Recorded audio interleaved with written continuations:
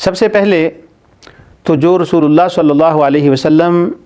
کو حاضر ناظر نہ ماننے اور اس کو شرکیہ ثابت کرنے کے لیے دلیل دی جاتی ہے، میں اس آیت کی تلاوت کرتا ہوں، اور اس کے بعد یہ شبہ تو آپ نے سن لیا کہ حضور صلی اللہ علیہ وسلم کو یہ کہنا کہ وہ حاضر ناظر ہیں یہ کلیتاً شرک ہے۔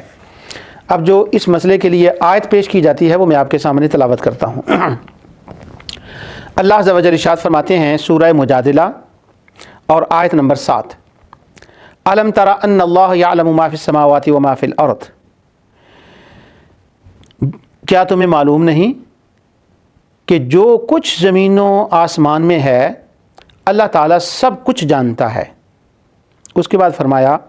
ما یکون من نجوا ثلاثۃ الا هو رابعهم، فرمایا کوئی ایسی جگہ نہیں کہ جہاں پر 3 شخص ہوں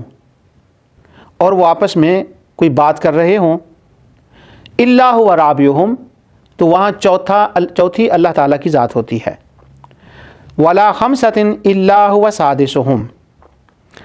اور کہیں کوئی ایسا مقام نہیں کہ جہاں 5 کوئی گفتگو کر رہے ہوں مگر وہاں 6ٹھی اللہ تعالیٰ کی ذات ہوتی ہے، ولا ادنی من ذلک ولا اکثر الا هو معهم، ہاں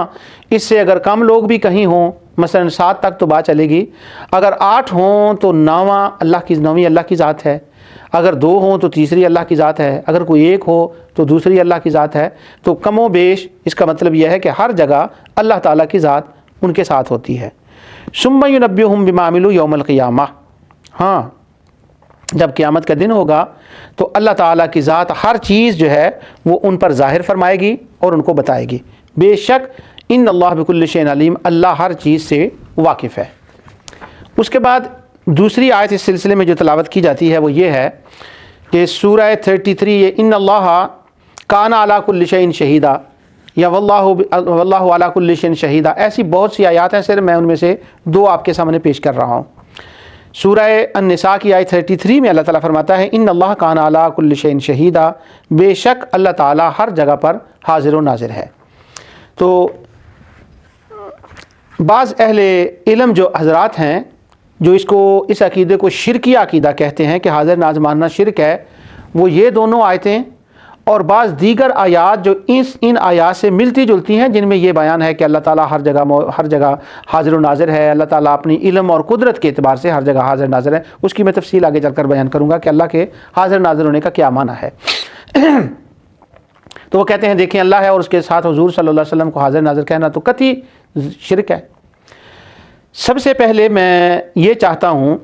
کہ اس سے قبل کہ میں قرآن کریم کی وہ آیات آپ کے سامنے تلاوت کروں جن سے اہل سنت و جماعت استنباط کرتے ہیں، دلیل لیتے ہیں کہ حضور صلی اللہ علیہ وسلم حاضر ناظر ہیں، اس سے پہلے جو علماء اہل سنت نے اپنی کتابوں میں مسئلہ حاضر ناظر کو بیان کیا ہے کہ حاضر ناظر کا معنی اور مطلب کیا ہے، اس کو میں آپ کے سامنے بیان کرنا ضروری سمجھتا ہوں تاکہ پھر جو شبہ ڈالا گیا ہے اس شبے کی حقیقت کا بھی اندازہ ہو جائے۔ سب سے پہلے میں ہمارے اکابر علماء میں سے حضرت علامہ قبلہ مفتی احمد یار خان نعیمی رحمۃ اللہ تعالی علیہ اپنی کتاب جاء الحق میں اس مسئلہ حاضر ناظر کے اوپر گفتگو اور اس کی جو تعریف ہے کہ کیا معنی ہے حاضر ناظر کا، اس کو بیان کرتے ہوئے فرماتے ہیں کہ اللہ تعالیٰ کی ذات اپنی علم اور قدرت کے ساتھ ساری کائنات میں موجود ہے، علم و قدرت کے ساتھ، اور جو حضور صلی اللہ علیہ وسلم کو حاضر ناظر کہتے ہیں اس کا معنی یہ ہے کہ رسول اللہ صلی اللہ علیہ وسلم اپنی قبر انور میں تشریف فرما ہیں اور حضور صلی اللہ علیہ وسلم اپنی امت اور پورا عالم سارے جہان جو ہے وہ آپ کے سامنے پیش کیا جاتا ہے اور حضور صلی اللہ علیہ وسلم اس